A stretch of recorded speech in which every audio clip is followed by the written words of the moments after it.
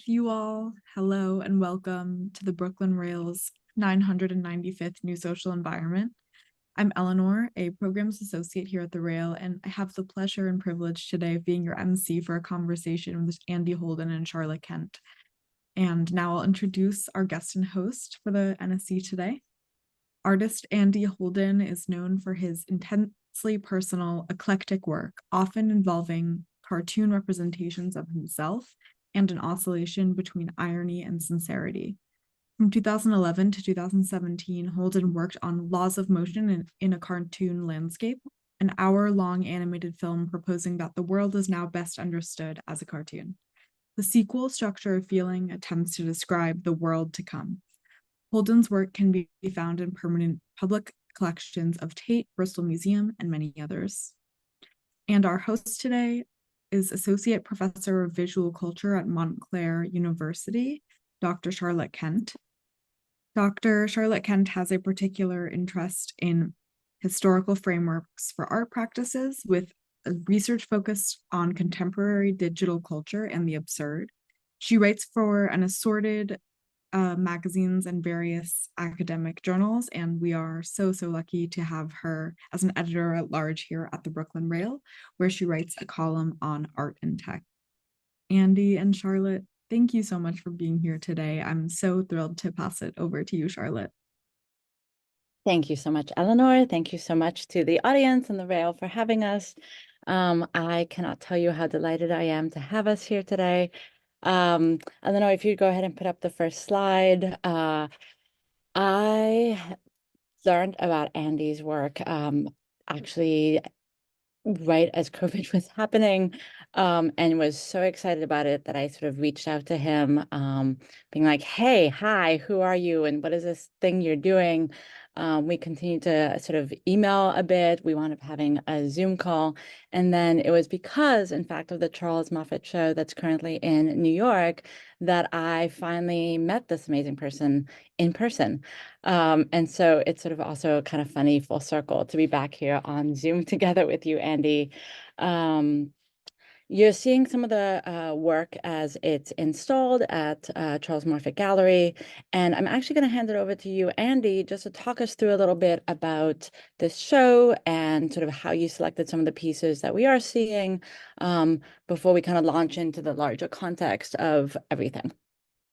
Yeah, so what we're seeing is that there's two spaces at Charles Moffett, but the ground floor is really one work, and it's called, the title is The Structure of Feeling. And it's a body of work that's taken me from about 2017 was the start of this body of work till the completion of this show. I often work in that way. There's quite long form bodies of work that this one has been more incremental than some of the other pieces, which have been one video, whereas this one is sort of more willfully fragmented. And this is the first chapter that you're looking at. So it's essentially 5 short animated films. There's actually a couple more that aren't in the show, but I kept adding different chapters. And chapter 1 is Prelude, which we're looking at here. This one was, well, all of them have quite particular constraints into how they're made. So they're made at the length of a standard old animated cartoon of like 7.5 minutes, like the length of a Looney Tune or Merry Melodies cartoon. And they take the backgrounds of a particular texture of one cartoon, so Prelude, and then they combine it with normally one other kind of quite counter ingredient. So Prelude is Wile E. Coyote, Roadrunner landscapes, the desert landscapes full of sort of bits of potential traps and hazards. And the text for this one, so in the cartoon, this is a cartoon version of myself, and I kind of ventriloquize into him, and he walks through the landscape and talks to you. And the text here is a kind of bastardization of a poem by William Wordsworth called Prelude, which was a huge poem, sort of very important British poem as the sort of birth of Romanticism, really, because you get this. And this is important for the whole body of work, I think. You get this split between the kind of landscape and this sort of attempt to be at one with it, but not able to quite be so. So you get his kind of reflections on his previous passing through the landscape, whilst also narrating on the landscape itself. And in the process, the objects feel quite alive.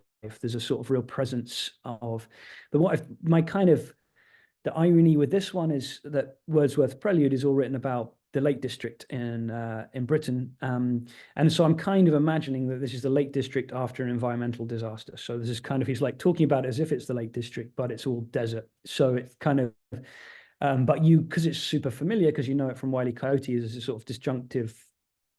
Wait, I know what should be happening here, but it isn't. And there are these billboards like this one that permeate the landscape as he moves through, which are all sort of gleaned from, I think it's like BuzzFeed headlines. Or And I'm just going to pipe in here just to say, like, this sort of some of what you're doing in terms of like introducing the Wordsworth, like each of one of these animated works really is sort of rooted in a kind of important historical thinker. And some of the ecological issues that you're pulling out here really do come up also in some of the later works that we're going to be talking about, and is in the sense of recurring theme because of the existential crisis of our current condition. Yeah, so yeah, we'll come. So there's a very different strand of my work, yeah, which Charlotte's referring to, which really does deal with the natural world. But this one really is more to do with this notion of trying to diagnose what might be to come. This is kind of there's a sort of premonition quality to it that was terrifyingly precise, actually, like in the way that premonitions normally are. But there was a sort of we'll come back to this, but I should introduce it at this point. So I made a film that Charlotte saw before this body of work called Laws of Motion in a Cartoon Landscape. So it was, and it was really a thesis that I worked on for 7 years, which essentially said that the world had now become a cartoon. So to understand the world now, we have to understand how cartoons work and look at the physics and logics of cartoons to make sense of this sort of hyper sort of end game capitalist sort of moment where speed is increased, objects can be in several places at once. There was this strange sort of the paradoxical logic of a lot of kind of so I thought that looking at cartoons would be a way to understand that. So I finished that work in 2017, and when I started it in 2010 or 11, it didn't make a huge amount of sense to people. But by the time it got to 2016 and you had Trump and Brexit and the social media had kind of exploded, the piece suddenly its logic became apparent. This is like, in my mind, this is my attempt to kind of more gently feel around the edges of the cartoon landscape to understand what might come after this. My feeling is that period maybe has collapsed. It's sort of pop. There's been a pop, and the pop was maybe COVID, and there's been a personal pop within myself, which means that I know I am no longer have access to that space. So this body of work is like it's much more lonely, it's much more tentative and exploratory. And the idea of the structure of feeling comes from Raymond Williams. So I guess this is typical of me of combining some things from, very low culture and more kind of leftist sort of Marxist thought. But there was Raymond Williams, this was an idea that he applied to literature, where you looked at the structures of sort of emerging moments of structure within literary works, and that would tell you what where culture might be moving towards. So with this body of work, you couldn't embed the idea in one piece. It's like in the reoccurring structures and echoes of the works, perhaps this sense of, and the word feeling is important here, whereas laws of motion was like, this is the laws, this is how this works, this is a structure of feeling. So it's a sense of like reoccurring, like emotional frequencies or something. And I'll also just add that in terms of the Raymond Williams with structures of feelings, like I've brought it up in some of the writing I've done for the Rail, in the sense that it does apply. He talks about it in terms of also culture, right? Like broad, in the sort of broader sense, that things that we can see shifts in culture through not so much like this like purist diagnosis, but recognizing that there's a shift where there's a feeling for things like that. As an example, like many artists will start to work with a type of medium or a type of practice or certain types of types or symbols, and that there's a larger sort of cultural reason that that's appealing at that time for people, and it's not conscious, right? We can look at it retrospectively and identify, oh, that's what people were yearning for, what people were seeking to have emerge, or weren't seeking that, but that was sort of the flip side of some of the other things going on at the time. And so it becomes this really important sort of framework for recognizing the feel of society. And obviously, like in terms of some of the things, that I've been thinking about and writing about in terms of art and technology, I think it's helpful to recognize the structure of feelings that sort of emerge out of some of these things as well. But it is deeply sort of affective, as this piece perhaps particularly expresses.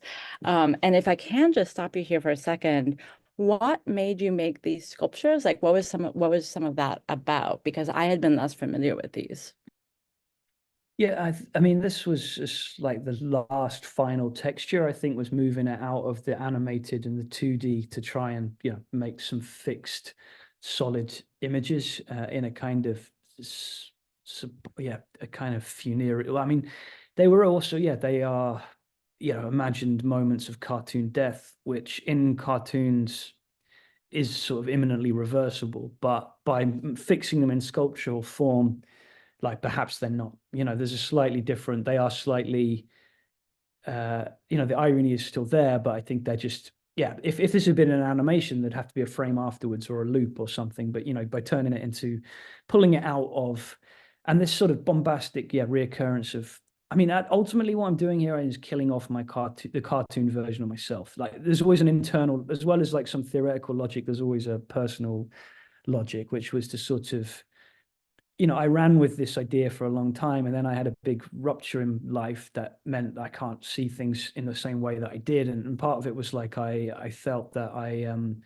felt like I had died. So I felt like, and things I've been using this idea of this cartoon version myself as a stand in a lot of my work, I felt it was like time to sort of kill him off, really. So he's kind of like just being, sort of frozen in these moments of, normally that would pop back into shape, or the out. So, but here they're just frozen and not. If you just skip back a couple of slides to that one, the cartoon, Scooby-Doo, just that as a sort of, we'll skip to, this is chapter 3, so I'll skip chapter 2, but there's 3 as another similar dialectical sort of movement of they're all Scooby-Doo ghost houses. So I went through like 7 seasons of Scooby-Doo and cut out all the interiors where nothing was happening, just so you just took a freeze frame whenever there was an empty corner or area of the set. And then I walk through, animate myself walking through these, and the houses join up. And so it feels like a giant dream structure.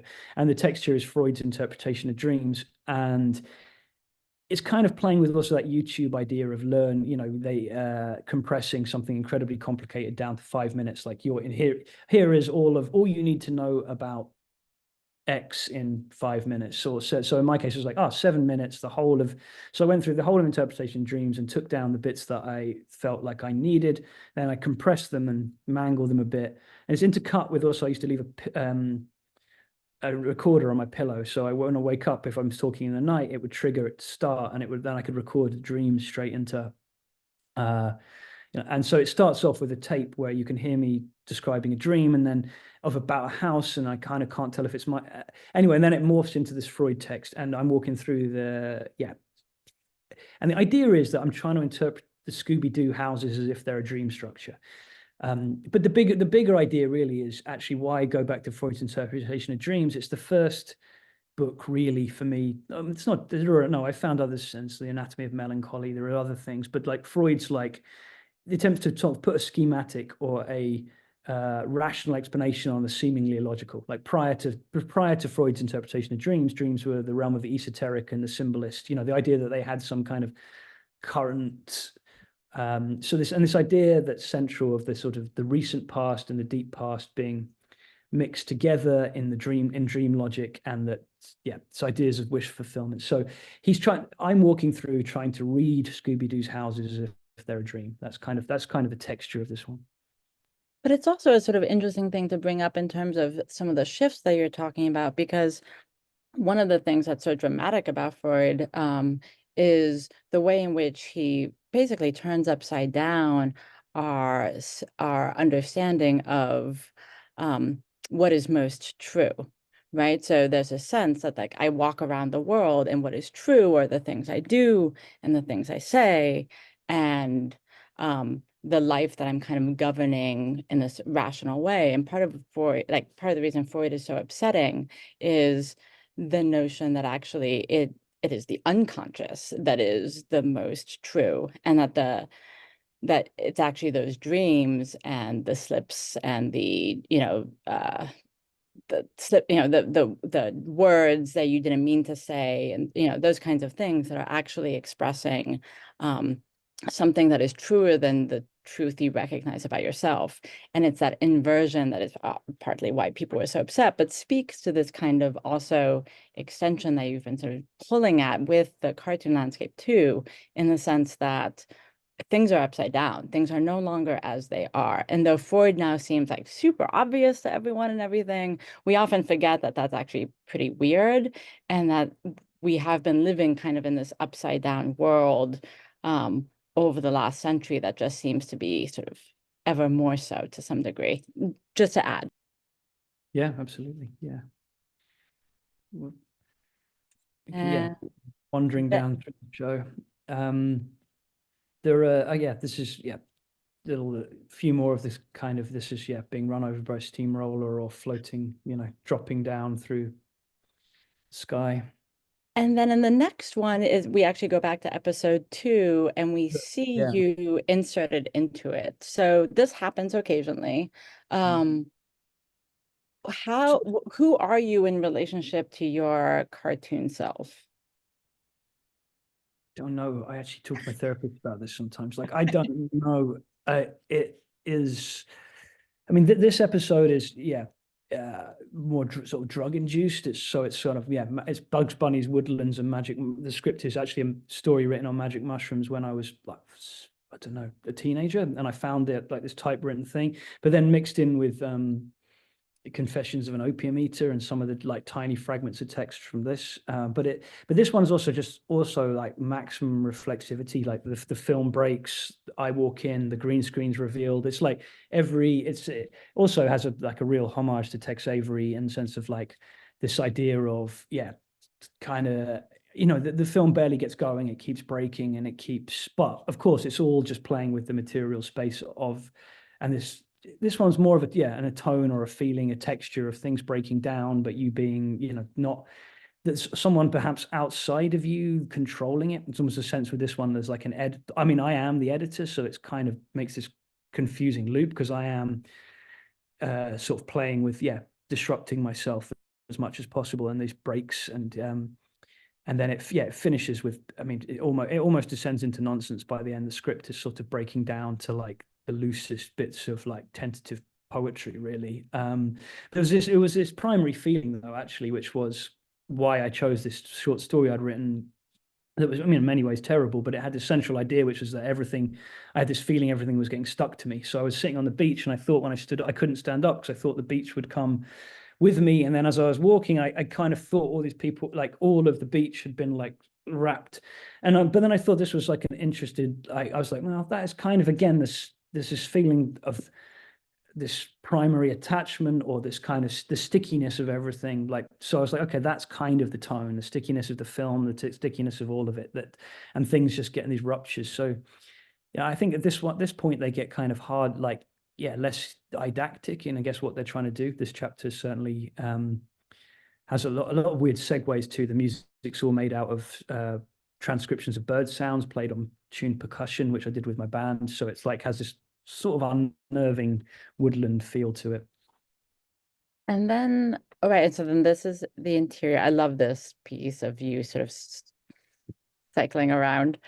And then I think the next one, so then we get to see one of the other pieces, which is one of the other episodes. Yeah, so this is just very briefly, like episode 5, just to complete this, is this all Flintstones backgrounds, and very loosely ridiculously attempting to cram Marx's volume 1 of Capital into sort of 7 minutes, but like obviously it's sort of impossible. There's tiny fragments, and then it's also with blurted interruptions of kind of mimic language and sort of ridiculous clickbait moments. But then, and it's edited using almost like this YouTube poop style. Like it just kind of, it's breaking down even more at this point. So there's a lot of these sudden blurts and insertions, and just as he's trying to explain something about the theory of value, or starting to talk about how objects might have some autonomy due to the gap between production, and then just as it, and then the film just sort of shoves one of these kind of distractions at you, really. Like, but I mean, it's ultimately kind of this sort of say this in terms of this bring back structure of feeling is a sort of like all of these, what I mean by premonitions, it's not like Marx didn't tell us kind of how it was going to work. So it was like, that's kind of, this sort of ultimate, and it's a sort of ultimately alienated video in some way. But it's also important just in thinking about that, right? Because, I mean, he's very material, right? And so one of the things that we are sort of challenged with in terms of memes, right? There's a circulation of information, there's a circulation economy, right? Of attention, but also of sort of influence and the way in which that's become its own sort of market, right? That we're still trying to grapple with in terms of production, consumption, value. Those are ties that people are still sort of trying to extract, and it's very easy to like forget in the sort of humor. I mean, I love memes, right? Like I think they're really funny. I enjoy some of them. I use them in my classroom, and I communicate with people about them, right? But there's also this sort of really invisible and very complicated attention economy that's going on underneath there, that is part of what we're all struggling with, and that is part of the sense of schizophrenia that we do talk about in terms of contemporary society, and often forget that there's ways to unpack that through some of these concepts. Anyway, sorry to interrupt, but like, and then there's this other body, Infinite Resignation, which is such a great title, by the way. Yeah, so you pass sort of through that circular version of me in some way, and you end up in this, the final room, which is two of these large galaxy prints with the eyes, very simple, googly eyes affixed to images from the James Webb Telescope. So they're very, very recent pictures that were released of the furthest away that we've ever seen, which means increasingly the further away that we look, the more it isn't there anymore. So to me, that sort of was everything. It's like this sort of attempt to understand. I guess this is also what's happening a lot in this body of work, this sort of, and this very, using these methods of, I mean, this one is a motif I have used before in other contexts, but it's here it's sort of the outer edges of the cartoon landscape. They become kind of, the simplest way of describing the human is the eyeball, and then these, the ubiquitousness of the kind of googly eye. But I mean, I've been making these for sort of 10, 15 years and so it's sort of, and they return as a kind of, I have this in my work quite a lot, every so often, a motif that will return within other bodies of work to pull it back to one or another. So, incrementally, if you've seen a number of shows, they start to play different roles, and here they're, they feel much more cartoony because of what you've just seen. But this Infinite Resignation was just, a notion from Kierkegaard, which was this kind of the last moment, or before before faith becomes possible, this sort of giving over to the absurd before, and then the absurd finally is faith because it has no rational grounding. And then so I made a 3D film here, which is, so you need 3D glasses to watch it, and the eyeballs come kind of out of the screen and sort of pop at you, and then it has tiny bits of star clusters that are taken from old cartoons but made into star clusters that flicker around in the background of it, and it finishes up with this sort of That's All Folks kind of at the end. But there's and then this one's, it's definitely a tone and a texture. All the soundtracks made from bits of phone recordings collaged up, sort of, there's that's why it's the structure of feeling this time. It's not so, it's not got the clear didactic logic of the previous body of work, of which this was If we jump to, because I know you're gonna, if just jump forward a few slides, there's a show you how. Actually, we'll just go past laws of motion and just go down a couple more and to the 39. Yeah, 39. Yeah, so this was to make sense of that in a way, this was the iteration in London of so this body of work's been in progress for a while, and this was sort of its largest manifestation, but quite bombastic in that it was only navigatable on, if you skip one more slide down, yeah, I made these like mobile carts that were sort of riffing on, Disneyland rides, and you could only navigate the exhibition if you went in one of these. So you had to get a ticket, and then you queued, you got on one, and you drove around the warehouse, and then you would stop off at the videos and put your headphones on and then watch each chapter.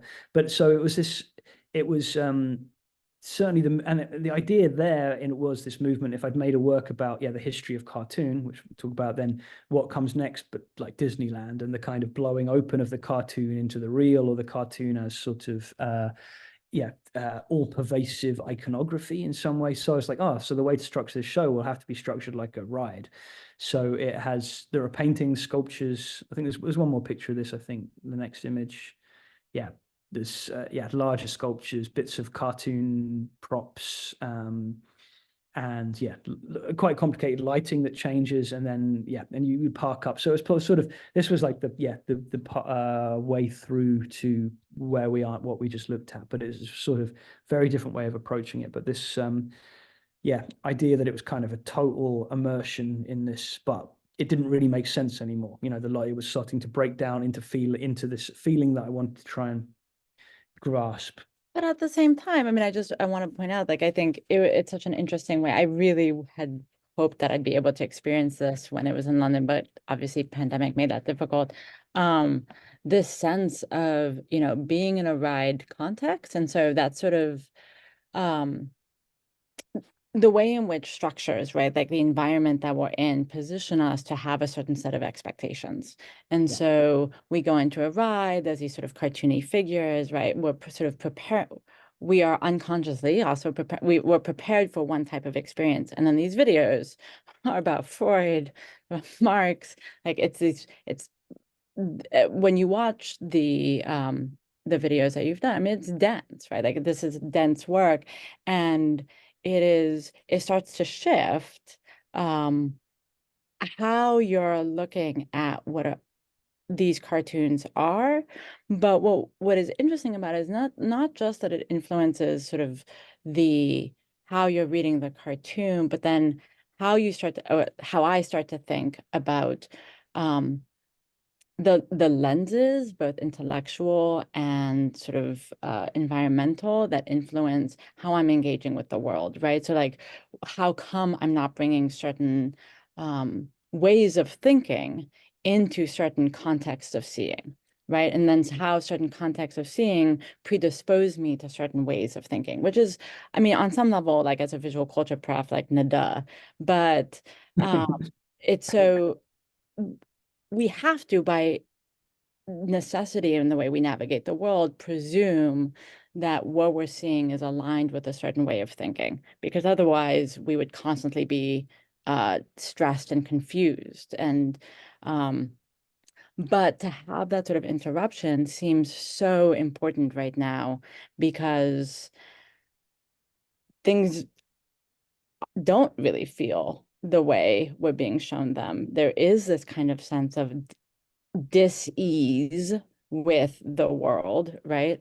Separate from like also the sort of medical context, whatever. And I wonder if now we could sort of jump to laws of motion, just to sort of talk about this earlier body of work. I think that's slide 30. Yeah. So, because this is, maybe you should just explain like how that comes out of this physics exercise and so forth. Yeah, I can. Yeah. So no, it was something, a kind of challenge often given to physics students as a sort of first year thing to do, to analyze, to see if you can make formulas for some of the notions of logic or physical movements of objects within cartoons, and so if you can make these formulations. And then I think in the late 70s or early 80s, there was a sort of a definitive list posted that by O'Donnell, and so I kind of took that as a starting point, because but then I was more interested in them as metaphors rather than like the accuracy of the description. So I was like, when I looked at anybody suspended in space will remain in space until made aware of its situation, I was thinking, but this like maybe has now, this may be a more interesting way to describe a lot of the condition that we're living in of suspended disbelief or suspended belief, turning on to see it. So this idea that you'd walk over a cliff edge, you don't fall down till you look down. And I was like, wow, 2008 crash, and this sort of ideas of like, and then actually psychoanalytical ideas, all sorts, the idea that, something doesn't have a reality until it's acknowledged. And there was this sense of, this is how this is playing out, particularly in the lead up to 2016, you were seeing this as a potential metaphor for everything. So I thought I took it as a challenge I watched just, thousands of cartoons and was cutting up tiny, tiny fragments to find examples. But then also, as the film develops, there's a lot of bylaws that I write or insert or just tweak to try and skew it to what I want to say. But it becomes a sort of dumping ground for, well, say it depends if you describe a thesis as a dumping ground, I guess probably. But it's like, it just... So you've got two screens, one with me on one side as narrator, and I'm showing you clips. There's a couple of stills, I think, in the next slide or two. But it looks formally similar to what we were just looking at. But it's where this idea that it was a very helpful device to me. So I put myself into the cartoon and explain it from the inside. And then to answer your question from earlier, like, I've been writing this work and I had the cartoon clips and all the research, and it's like it wasn't quite working. And then I realized, well, to complete the thesis, what I'm saying is to basically, the world is now a cartoon.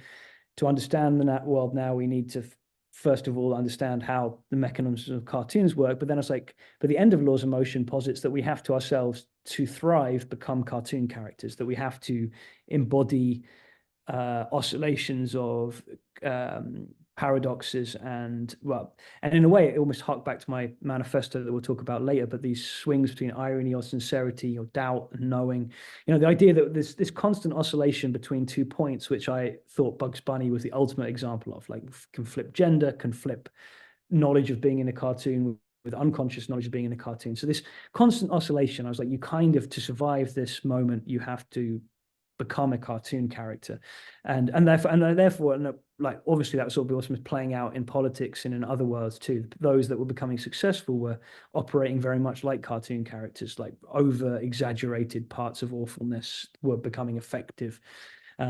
So I put myself in the cartoons to narrate the film from the inside, and this kind of was the mechanism that drove it. And and it takes these, the laws of physics, but then pulls them apart too, to try and, like, say this could also be the way the world is operating. Well, let's assume it as true. That's kind of its premise, or as it's true. And so, I'll just share, like, right, I got really interested in this at the time when I was sort of working on this research project around the absurd, which has been continuing.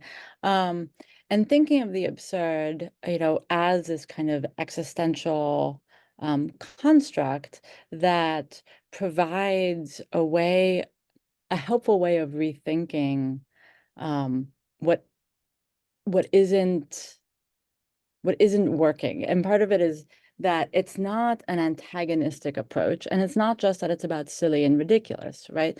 But that the absurd is a way of encountering things that are, from the etymological sense, like out of rhythm. But of course, something is only out of rhythm if you had a sense of a rhythm. And so to sort of figure out what has to come next means also not sort of nostalgically, like, leaning back and wanting to be in rhythm, right? But sort of moving through the out of rhythmness, if you will, to find what might present itself next. And so I had sort of, like, what was such an amazing match for me is I was really thinking of the absurd as this way to try to encounter these hegemonic structures that no longer actually served the situations in which we found ourselves. And rather than sort of like going to this, like, either kind of pessimistic despair or this kind of anarchic nihilism that kind of just wants to eliminate everything that is. Because myself, like I just couldn't find myself, like that didn't, I couldn't do that, but nor could I just pretend everything was okay and sort of hope everything would work out, right? The sort of utopian framework of things. The absurd sort of presented itself as a way of like walking through the cartoon landscape of where we are, not knowing, like to be in the place of not knowing. This doesn't, I don't know. I know that I don't know. I don't know what I will know, right? And sort of moving in and out of different knowledge and trying to kind of let myself be turned upside down. Maybe something can appear, right? And thinking about how this, I think it's really interesting that you already brought up Kierkegaard, right? Because it does feel like I'm always careful of saying like everything is bad now, right? Because like for everyone at any point in time, there are bad things. And like, I certainly don't want to be living in 1405, for example, right? Like that doesn't seem ideal either. But recognizing that the rise, like this kind of existential condition that we talk about a lot, I mean, that's really something that arises in the 19th century. It does seem to be a philosophical system that is a part of the modern. And the absurd plays such a crucial role in that, right? And Kierkegaard uses it in this particular way, although Kierkegaard himself is a pretty tricky figure. And yeah, so maybe that's like a perfect thank you, Eleanor, for like landing us on folly. Maybe Andy, you want to talk about this piece? That does seem nice. Yeah, this be hard to read if you so more describe the image. You've got green telescope, a sort of information board with it has a lot of images of older works of mine, which were also from this series of follies, these like temporary outdoor structures. And then on the green building at the back, the thing to the right, if we now go to the next slide, I think we're zooming in a little. That's my work. So I was invited to make a work on this. They have every summer in London this thing called Bold Tendencies, which is a big sculpture show on a roof of a car park in South London. And I said I would do it, but I didn't want to put my sculpture in the sculpture park. I wanted to put it at least half a mile away from the sculpture park, and that you would have a telescope on the roof and that you could only view the work from the telescope. So this was a sort of mechanism. And so, and then actually, as it happened, it was kind of perfect. Like the Peckham Library, which is already a fairly absurd building, but they were they were fine to let me build it on the library roof. And the idea of folly is, of course, like this. It's a very simple kind of thing. It's just it is again harking back to these moments of kind of early romanticism. The folly was a kind of architectural idea. I don't know how this translates. I mean, I think certainly associated with like British gentry houses, and you would build your, in the stately home, you'd build a folly at the end of the garden, which would be a kind of architectural structure that was out of time with this when you were building it. So you might build an image of Arcadia through some kind of temple. You might evoke a ruined castle. So get this idea that you're living amongst the picturesque in some way. But so you'd build these deliberately out of time structures, but because they were meant to mostly be viewed through the windows of the house and frame the landscape, you didn't have to build the back. You could just basically build the front of it. So it was just a facade. And I was like, well, that'd be a kind of interesting idea to translate to sculpture. So if I just make the front of a sculpture as a facade, so the back is kind of built like it's like a Hollywood stage set prop, really, sort of scaffolding, and then fiberglass. And it kind of reads a bit like a piece of chewing gum that might have been underneath the desk in the library, but it's meant to sort of, it is based on a Wile E. Coyote boulder. So it's I was kind of gonna also, say, it's totally reminds me of the boulder, and like especially there was that earlier image of the bold, like you're pretty walking. literal. Yeah, it's actually taken from one, but it didn't surprisingly here. Like once you take it out of context, it wasn't quite so legible. And I squidged it a little because you have to make a 3D form. It feels a little more gummish than, that was, or just the pushing towards the pink a bit was the sort of chewing gum tone. But it was pretty much lifted exactly from a Wile E. Coyote image. And this idea that the overhang was important. So as you walked underneath the library, there was this sense of kind of looming threat as you went in or out the library. But a lot of the device was, I really liked the idea that also it was framed against the London landscape. So, you're in the sculpture park, but you're viewing, you're looking out across at the ridiculous, also the absurdity of Canary Wharf and the vast kind of, so it was a way of, for me, a first attempt to kind of also just, I'm not too, inserting like a moment of the cartoon landscape back in on itself, just, and it almost reads like collage, just inserting a kind of image into a landscape. And in a way, what it does is make the whole landscape visible. Like, in a way, the work is only like dotting something on an already extraordinary picture. So you're just kind of, like, you've got the gherkin and you've got all these kind of, competing absurd buildings in the background anyway. So all you're doing is really just drawing people's eye to that and ultimately just kind of turning that into an image of the cartoon landscape. But it's interesting, like, so I was not as familiar with this work, and it is sort of interesting though, because on one hand, I was sort of thinking of, follies with these sort of like non-utilitarian spaces, right? They, in the sense that they were meant to just be largely decorative. Like, yes, people had, sort of like hunting luncheon, like they're like you could do things in them or whatever. But I mean, it was largely just and so because of that, they become these sort of examples of like the sort of aristocratic, like bourgeois, very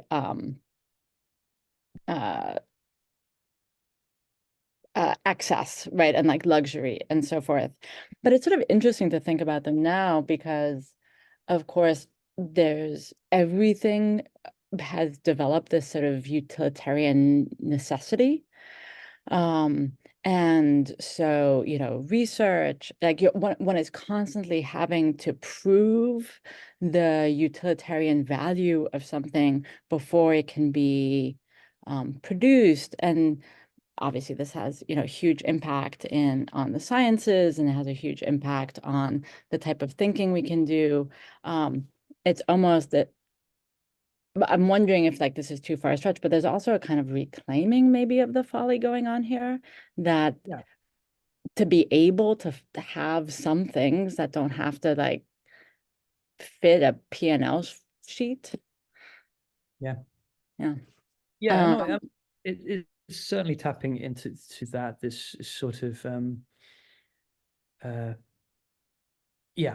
I mean, the play, also just the word folly, it just seems sort of so appropriate as a sort of, and it, no, the functionalness of it, which is, of course, sculpture's role is to be non-utilitarian anyway. But this idea, there was also something just simply in the optics of this idea that from where you are, you cannot read all of something, that there will, or, and so this idea, like, again, it's a bit like the eyes in space in the sense it's like a really basic, primal, difficult question, like this says with the images of the galaxy looking back, this kind of simple idea of the inertness of things, or how something looks back at you, and that sort of simple mechanism of the thing you're looking at you. With this one, there's this sense that, like, from wherever you are positioned, you will read this as a whole sculpture because you can't not, but it is not, so it's just this sort of like, again, it's just a simple thing, really, just like the withholding of, or the unnecessary of the reverse, so that was kind of a sort of, it's like gentle metaphysics or something. Yeah, I want to maybe just because I feel like we should sort of from this piece maybe jump to 49, Eleanor, just so that we can sort of stick with like stones and sculptures and like the rocks and some of that stuff, and just point out like one of the other reasons I have found your work, it's weird, like I'm about to say, I found your work so important and really productive. I'm about to like use all these super utilitarian seeming words, but it's actually because in the face of the various crises that it seems like, we are all trying to address in various different ways, it's exhausting to be serious all the time, and it can be very depleting in the sense of how it is that we can actually continue to make the effort to think through and to try and address the problems. And like a degree of whimsy is incredibly enlightening. And that, you know, managing that and like holding the ability to be able to be light while at the same time provide some space for serious thought is just an incredibly tricky thing to manage. So with that, weirdly though, that maybe the pyramid piece, do you want to talk about that? It's a rock with knitting on it. Yeah, that's interesting what you say. I mean, I'm definitely struggling with that now. I'm in a new phase of kind of pretty pessimistic, but and whether how to We find can talk more about that then. but this you know, I can read by as it happens. I've left old versions of myself all over the place, and here's like, which is maybe art's great trick, you know, there can still be a version of me who's like, yeah, 25 and making this work, which is that it starts with a very simple anecdote that when I was about 10 years old, I went to the Great Pyramids of Giza with my dad, who will enter as a character in this story towards the end of our talk, but which will make sense of why we were there. But I stole a piece of rock and just put it in my pocket and took this piece of rock home. But then when I got home, it felt like I shouldn't have done it. And I was kind of, I don't know if I misremember this, but I think my dad said something like, you know, if everyone had done that, then there would be no pyramid left. And I was like, oh, this is like ultimately the Kant's categorical imperative, you know, what makes something morally correct. If everyone is to do so, would it be okay? In this case, no, you shouldn't have taken it. So this tiny arbitrary thing was this like crash course in the intersection of materials and ethics. And it was my first encounter with sculpture. You know, at this point I loved, you know, just this thing was, it was an incredible formative experience standing at the base of this thing. And I wanted a thing to hold on to remember it, you know, a very primal urge to take it. But then, yeah, I put it on my shelf as a kid, like on my bedroom shelf, it grew as inflated in my mind. It became this guilt object. You know, I shouldn't have done it. Every time I saw it, I was like, shouldn't have taken that. So 15 years later, I was trying to this is really one of my first kind of large works. And I was like trying to think, for me, what is art for?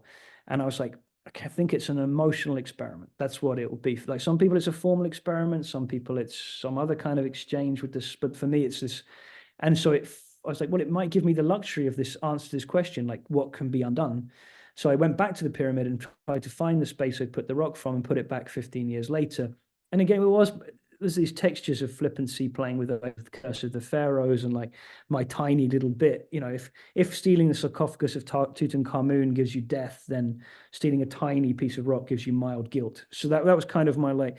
But so there was a video of me putting the rock back, filmed in this kind of wonky touristic style, but it reads a bit like a kind of piece of land art or minimalist art or something. Then if you jump for the next slide, yeah, and then the main work is that I then set about making a knitted replica of the stone. So it's about if the stone was actually 3 centimeters by 5 by 4, so this is 3 meters by 5 by 4, so it's sort of enlarged 100 times, and it was all hand knitted and took a year pretty much to make, and it was just some knitted textile skin over steel framework. The next slide has the back view, which is sort of also, it starts to feel like almost like a landscape itself. The idea was it was like a monument to a piece of a monument. This tiny piece of a monument become monumental for me as an encounter with matter, and so I would make it a monument to that encounter. So there's sort of this, but also it is this monument of this enormous guilt that sort of kept growing and growing. Like this tiny little rock develops into this enormous moral dilemma, right? That just kind of grows, and we all know what that feels like, right? The little thing that you did wrong that somehow in your mind just keeps becoming, and so it's this like huge rock in your head that's like hard to surpass. So I think that that's a really, but then that you knit it, I just am really interested in like that. Then you chose to use knitting as a part of reproducing it. Where did the knitting come from? It was a leap, but it was like necessary, intuitive one. But it was one I'd always been fascinated with, the handmade knitted toy, and I'd had a collection of these, you know, things and how they fit in a different economic. You know, they don't really have a straightforward economic value. You know, the love, the you know, the love that gets put into the knitted object. And I was like, well, I wonder if I could scale that up. You know, and then there was a sense of like. I was like, okay, there'll be a sense of kind of almost penance going on here in the sense of the labor time, but I needed to feel deeply unfamiliar, and I wanted this sense it has this also strange maternal energy, or like, but it also, because of it all being stitched, you have this kind of very, it has this uncanny feeling that I've never seen. Normally when you hold a knitted object, it's in your hand and your body is this big, and it's sort of, to invert that gives you this strange like presence and muteness, because it's like full of foam as well, so it just feels mute, you know. So it's one of those things, material, it feels right. And then also, you know, with knitting, you actually can get this strated feel. So like, I was like, oh, it now starts to feel like a landscape. So it's that simple thing, a landscape in a grain of stone, you know, it sort of like itself becomes, but I wanted it to be monumental. Like I knew that if I was going to invite people to see a tiny fragment of a monument, like the work needed to have an equivocal, monumental, personal energy in some way, like so that the energy levels are in balance. Totally. I'm actually going to have a skip over the next piece of catharsis that we'll come back to if we can, and go to 68. I think it's 68, to talk, just to sort of stay connected with some of the natural history stuff. I actually think this is a really important part of your practice that often sort of gets sidelined around some of the animation work and some of that type of stuff. And I just want to make sure we touch on it. So I think you have this piece in the gallery, right? So it's a very, in the gallery, it's very cryptic. It's just this, but it stands in for something, yeah, like a lot bigger. And so if we then go to 2 slides after this, Eleanor, you sort of see this larger body of work that is partly in reference to your father. Yeah, it's again, it's quite. I should also just say this body of work's going on show at Tate's and Ives next on Friday. So it will be. It's actually made in like it was made in 2017, but it's interesting actually, and also that's going on at the Crollamilla Museum in March. They're doing 2, so it's kind of interesting that it's come back. But it was, yeah, made in collaboration with my father. Just if we set the scene with the next slide. Oh, sorry, one more. And yeah, that one. This is like the centerpiece of the show, this enormous wicker bower. And then the next slide was, you see me and my father. So it has a similar mechanism to Laws of Motion, in the sense that I am present, narrating from inside, inside landscape paintings this time. But my dad is he writes books on birds and spent his whole life studying birds. So it's a collaboration with him, and it's his expertise about the natural world, and then me kind of a push and pull argument with him, trying to tease something else out. But this piece is all about birds' nests and their architecture and their structure and their material. My dad tries to explain them almost away in Darwinian terms, and I try to pull out this sort of material mystery, or ultimately it's like a very long extended metaphor for free will, but like that, but mostly people think it's about birds, and that's fine. It's sort of, that's how the work has always kind of worked. It's also like gentle Freudian drama too, I think. But it's like, so me and my dad talking about how birds make birds' nests, me looking at it as a sculptor, him looking at them as someone who studied birds his whole life. And then if we go back a couple of slides to where we were, you get, yeah, the second work, which was called, so the upstairs was called a Natural History of Nest Building, and downstairs was a Social History of Egg Collecting. And they're kind of 2 parallel works. And at the end of it, you start to realize that the natural and the social can't be distinguished. But like, you're not, when you go in, it's like, it feels like I've got it wrong, as if I've sort of a museum who said this is natural, this is social. But so it's a history of egg collecting, and it takes you from the 19th century through to the present, of the desire to collect eggs, which first of all is a pursuit of the great aristocratic collectors, then gentlemen scientists, then it becomes a hobby for everybody in America and Britain and most of Europe. People, boys with girls, and anyone interested in the natural world would collect birds' eggs, mostly men, as you'll see in the film. It's a very, very male hobby to steal and collect birds' eggs. And then it becomes illegal in the 1950s, but people carry on. So people start to go to prison for collecting these eggs, and underground societies of egg collectors emerge. It was a story that, as far as I'm aware, hadn't been told, and I'd spent 4 or 5 years researching it. And because my dad worked for the RSPB, who was in charge of stopping these people, I got kind of curious into the people that he were kind of his like arch nemesis. So I was like, these are interesting people. I mean, it's a kind of, because they're brilliant naturalists, and they can find these amazing specimens. And this is the biggest ever illegal collection of birds' eggs that was discovered, 7,730 something, I think it was. And then I recreated them in porcelain. So these are porcelain hand-painted replicas of this illegal collection. So, but again, so speaking of the desire, I suppose, and this the most perfect thing in the natural world, the impulse to collect, to surround one's, to the attempt to understand. But it's set alongside the film that gives you the history and talks about why it became illegal. So But it's like very also, difficult to paraphrase, but yeah. and I was just going to say, I mean, but part of the thing that's so interesting about this work is this, like this incredible conflict, right? Where it's like, it is on some level this incredible love Yeah. for these creatures and the incredible beauty of what they produce in eggs as nests, right? This whole thing that produces this thing, this behavior that then is also really negative for the natural environment, for the creatures and so forth. And so this kind of tension around how like that winds up to sort of, for me, like being kind of emblematic of sometimes our own relationship with the world in which we are, right? And because I'm just so aware of time, I want to go to one last piece, Eleanor, if I may. It's the last one, it's auguries. Because then I have to hand you over, Andy, to everyone else. And I do just want to get to talk to you about this one for a minute. I didn't know this piece until you were just introducing me to it. And these are bronze sculptures of audio waves of birds that are going extinct, calls.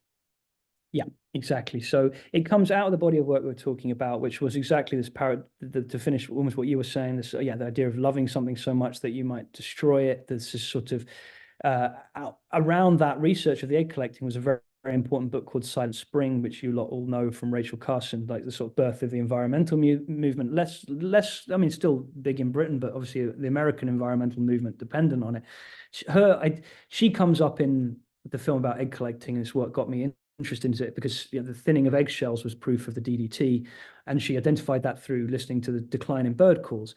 And so I was thinking, well, okay, birds have always been this kind of augur, this barometer of what is to come. And again, maybe this is interest in trying using art as a sort of attempt to see beyond oneself in some way. And so this, my idea was with this was, to revisit in a way Rachel Carson's thinking, and looked at the songbirds that disappeared more than 50% in my lifetime. And these are, so you've got swift on the left, yellowhammer, mistle thrush, bittern, and skylark on left to right. And they're like, but when you see the very different types of song, it's also a quartet. So you've got bittern as a bass, mistle thrush as a motif, then the swift is a screech. So they're kind of like, it's a sort of musical quintet.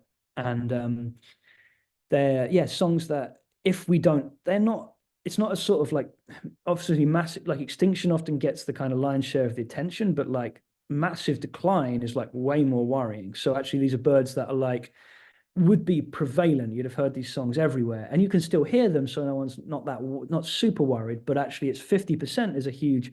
So thinking about the way the Romans used to use birds to predict the future, my idea would be that these would be kind of totemic warnings of the possible disappearance. And in a way, the pessimistic nature of this work is the bronze will probably, without serious shift of policy, these sculptures will last longer than the songs that they depict. So they're not things that are yet there, but they may well outlive those things. So they're sort of warning poles, I guess. And they're outside a library in Wakefield, and they're permanently installed where Charles Waterton's notebooks are held in this library. And he was set up the first ever nature reserve in the 1840s in Britain, which maybe is the first one in the world.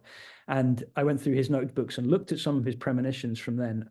He was the first person to ring fence an area and say, no shooting, no nothing, just birds.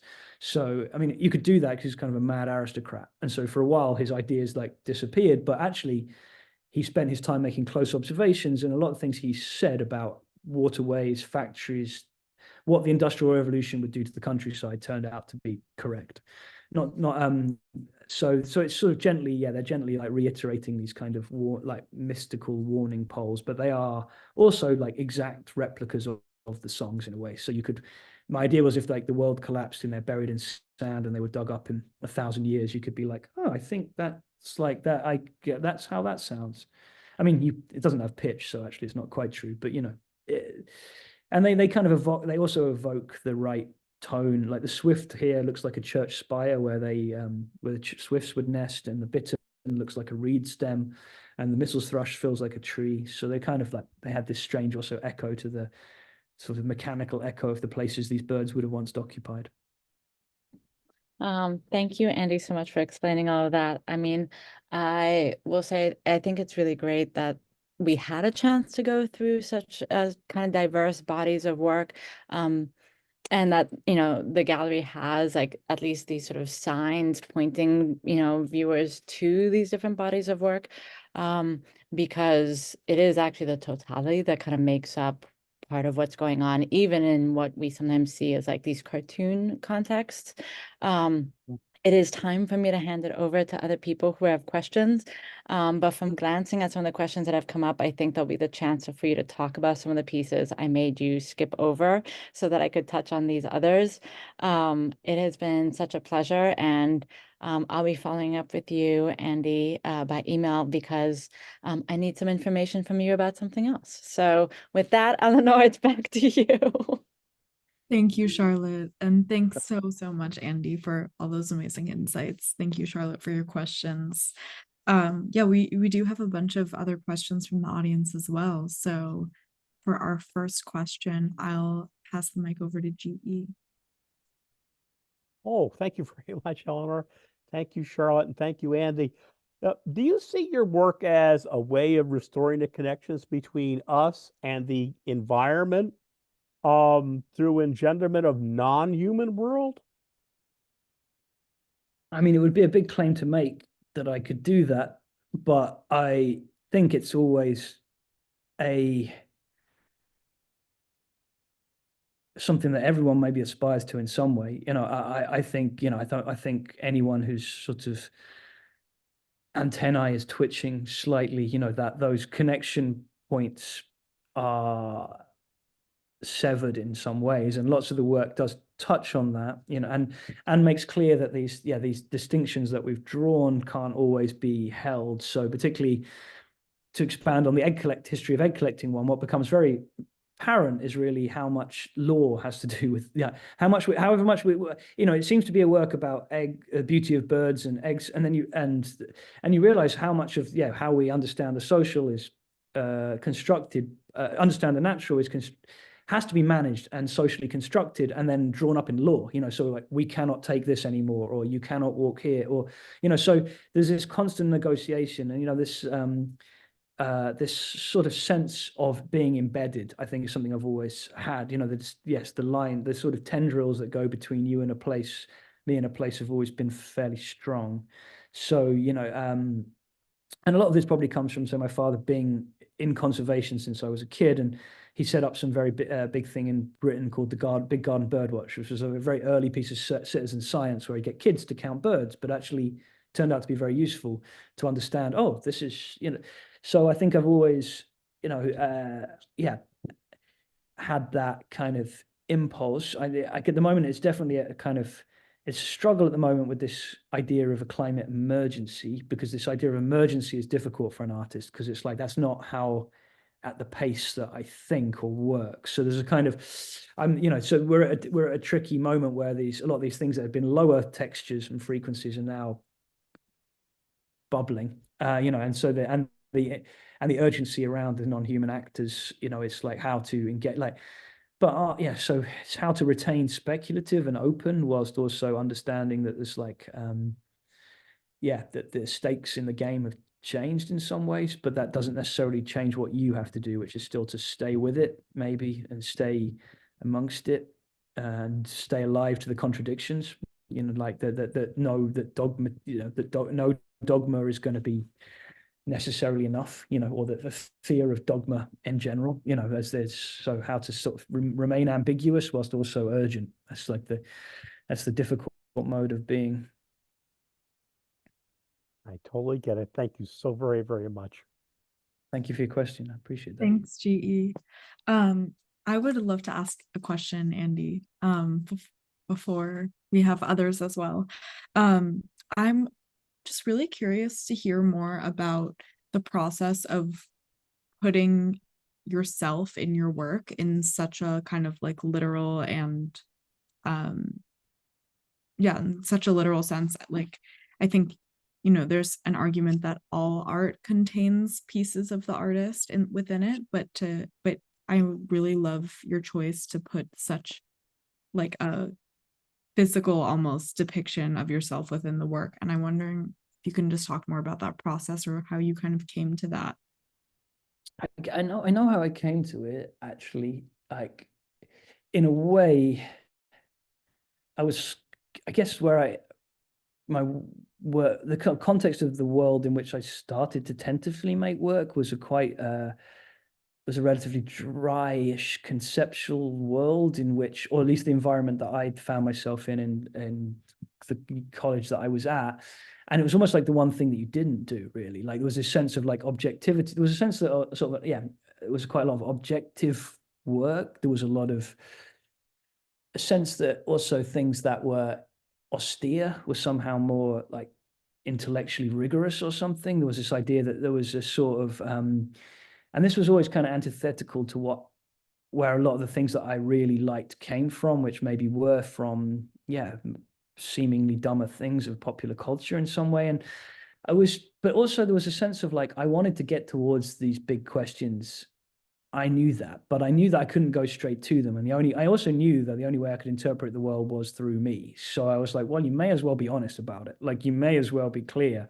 Like, rather than sort of making something that seemed objective and then pretending, I don't know, or trying to sort of artificially remove oneself, I was like, better maybe go the other way, go like right through. And I think if my pieces are to work, and hopefully sometimes they do, it's like, it's not really about me. Like, it's a mistake that maybe if you reduce things to images, it seems like it's just a mechanism that you then go through me and arrive somewhere else. Like, but I have to risk the embarrassment of being there and also revealing my mechanisms. So it's almost like it gets that out of the way, and then we can start to get towards something else. Like, so I think when a work works, like I kind of gradually leave the frame or become replaceable, so like with natural selection, for example, so the natural history of nest building got me and my dad, and we're very present. You'd think that would make it about us. I really think the reason that piece has worked, and it went on to like something like 8 museums and just kept going and going, and it's because it's not about me and my dad, it's about father-son relationships, which like or daughter father, but any kind of parental mechanism which is completely transferable. So you start to go, by being super honest about that, you kind of allow other people to like enter in imaginatively still. Like, I don't think it closes down the space of imagination. And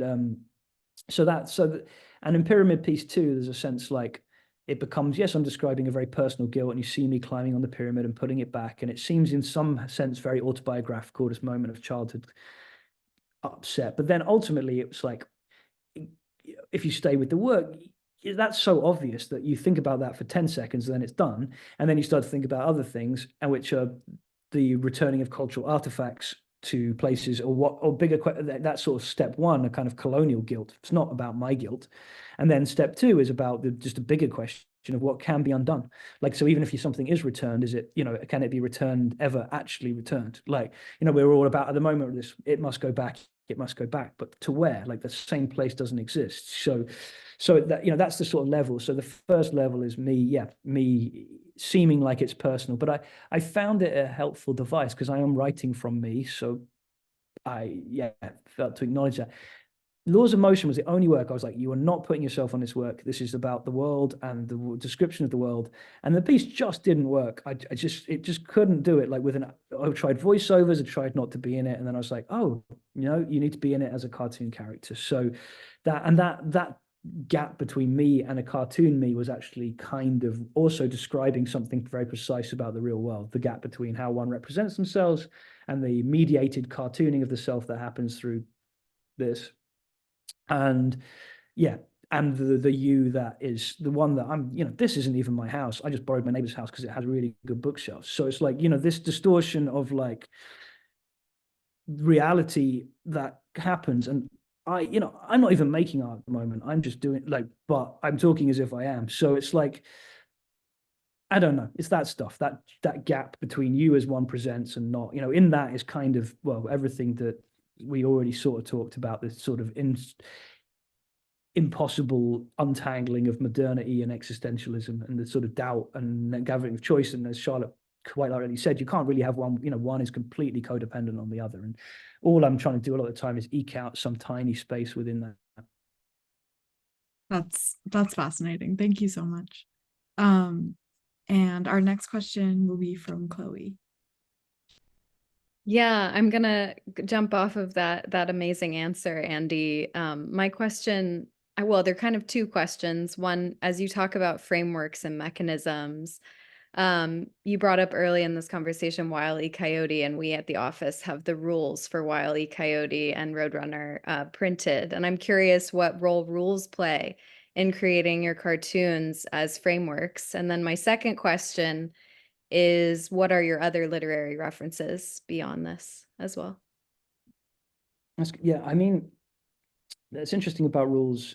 So yeah, and actually there is a segue in Laws of Motion where it talks about those Chuck Jones rules for Roadrunner, which were apparently fictitious anyway and written after the facts, as far as I understood from reading his autobiography. But it's kind of interesting, this, the desire to give logic to the illogical and the rules, so I was one show we skipped over, after which I curated an exhibition in London called Beano, the Art of Breaking the Rules, which was like a commission I got, a dream commission for the 8-year-old boy that I am, which was like this comic it's the longest running comic in the world, and it's been running since 1938. And you would have versions. It has Dennis the Menace, Minnie the Minx. Like every country had a kind of version of it. Knockabout kids comic where the kids get one up on the adults, or it's all about getting over. So I curated. Thank you for that. I wondered if that might happen. So I was invited to make a curated show about the history of this comic, and I did think, okay, how am I going to do rules this time? I mean, so I called it, but it was more about being unruly, but my lens here on this time was ethics and morals rather than kind of laws. With Laws of Motion, it was the physical laws of like anybody suspended in space will remain in space until made aware of its situation. These kind of quasi physics formulations. This one was about, okay, I mean, rules are necessary, but for the scope of art and imagination, how does that play out? So this show kind of gently asked that question by mapping like the history of rebelliousness, I suppose, in relation to this comic. And of course, this idea like to expand, to make art, you have to, like, if you were to, and even in comics, if you were to draw the same thing the next week, it doesn't work. You have to, there are still frameworks, but you still have to keep pushing. And that's why the Beano was successful. It kept pushing the limits of its own frame. And so my idea was also to track how many British artists had been influenced by this comic and kind of look at that the culture of particularly pre-influence, the early brain, like when you are working out, when the moment, why the Beano works is like the moment it kind of appears in your life at the moment that you kind of start to attend school and rules really appear. The things, the day has a rigid structure. You're supposed to sit here. You are do this. You keep quiet. You can go to the toilet if you put your hand up. So this sudden, as a kid before that, it's quite freeform, and suddenly this comes along. So this comic gives you a great freedom to laugh at the ridiculousness of these rules that adults make. And then my kind of feeling is like, yeah, that often all art is a kind of continuously laughing at or pushing at or working out those, because an inherent childlike understanding that they are arbitrary, that they have just been mutually decided upon for the best, smoothest running of something. But they're like, I don't know, it's like CBT or something. It's like, it's a kind of, we have to have an agreed idea of normativity, but like, it can't possibly include the full gamut of all brains. So this was a kind of gently asking these questions about, in terms of, ethics, morality, the comic imagination. So it's something I have a very, very unstructured life. I don't have a set anything. I don't know. Maybe I could do with some rules, but yeah, there you go. Love it. Thank you so much for that answer. Back to you, Eleanor. Great question. Thank you, Chloe. And thanks so much, Andy, for that response. And I'm glad we got to speak about that show a little bit. We have another question from John, and I'm going to read John's question. John wrote, "How heavy does your knitted stone feel? I made a fabric toy as an emotional connection to my autistic son. It is tired, tatty, and torn, yet it feels like the most dense mass object that matters." Oof. Yeah, I mean, it's extremely heavy. It's extremely heavy. I think, you know, and if you say once you include the emotional weight at the same time, I mean, what it is meant to be a depiction of emotional weight, you know, as if that, if you could find a form or a mass for that, like, you know, these things, they do have, and they have a gravitational pull, you know, things, emotional weight is physically heavy. It does, you know, it has a gravity. So to try and describe that is sometimes a helpful thing. I Yeah, I mean, I'm just trying to picture the object. I don't know if you like, but it's kind of an extraordinary thing to ask. I Yeah, no, I understand. Um I don't really know how to answer it other than to say, yeah, you know, that of course weight and matter are not as linked as they seem. Thank you, Andy. Thank you so much, John. We just have one more question from the audience today, and I will read it on their behalf. The question is, do you see yourself as, or are you an ironic art Brian Cox? Uh, no, no, I hope not. Well, if it could all be boiled down to that, then I mean, I like him. No. Clear cut. Great answer. Thank you, Andy. And yeah, thank you everyone so much for your questions today. It's been so great to hear from you, Andy, and thank you, Charlotte, for guiding this conversation. We now will have a reading from Andy to wrap up. And Andy, if whenever you're ready, feel free to go ahead. Oh yeah, this was a big ask. I got a lot of options. I'm gonna go with John Donne, the English 17th century poet, metaphysical poet, who I'm currently living in this village called Blarnham in Bedfordshire, and he was the rector at the church here. So I've always, and the school that I went to was just down the road, was John Donne Lower School. So he's always been like a constant presence, and so someone I've been reading constantly again this year, the love poems. So I choose a valediction. As virtuous men pass mildly away, and whisper to their souls to go, while some of their sad friends do say, the breath goes now, and some say, no. Let us melt and make no noise, no tear floods, nor side tempests move. 'Twere profanation of our joys to tell the laity our love. Moving of the earth brings harm and fears, men reckon what it did and meant, but trepidation of the spheres, though greater far, is innocent. Dull sublunary lovers love, whose soul is sense, cannot admit absence, because it doth remove those things which elemented it. But we by a love so much refined, that ourselves know not what it is, interassured of the mind, careless eyes, lips, and hands to miss. Our two souls, therefore, which are one, though I must go, endure not yet a breach, but an expansion, like gold to airy thinness beat. If they be two, they are two, so as stiff twin compasses are two. Thy soul, the fixed foot, makes no show to move, but doth, if the other do. And though it in the centre sit, yet when the other far doth roam, it leans and hearkens after it, and grows erect as that comes home. Such wilt thou be to me, who must, like the other foot, obliquely run, Thy firmness makes my circle just, and makes me end where I begun. Wow, that was really beautiful. Thank you so much for that reading, Andy. What a lovely conclusion to this fantastic conversation today. And thank you so much as well to Jose from Charles Moffett Gallery for supporting us to prepare for today. We'd also like to thank the Terra Foundation for American Art for sponsoring our NSE and making these daily conversations possible, and for their support of our growing archive, which you can explore on our YouTube channel. The Rail has been free and independent for 23 years. A donation directly supports our writers, production staff, and operations. You can support our work via a link that's in the chat. And join us tomorrow at 1 p.m. for a conversation with Jane Swavely and Andrew Woolbright on the occasion of Swavely's show of recent paintings at Magenta Plains.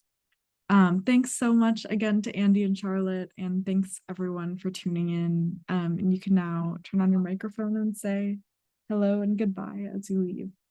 Thank you so Andy, much, thank everyone. you so Thank you. much. Thank That you was so so much. good. Thank you. Thank you. So much, Andy. Obviously, we need Oh, hours Thank you, and hours Andy. and hours. Massive thank you. Thank you so Andy. much. Thank you. Bye, Bye. everyone. Thank you, Andy. Thank you, Thanks, Andy. everyone. Thanks for Bye. listening. Have a good Thank you, one, y'all. Charlotte. Thank you so much. Bye.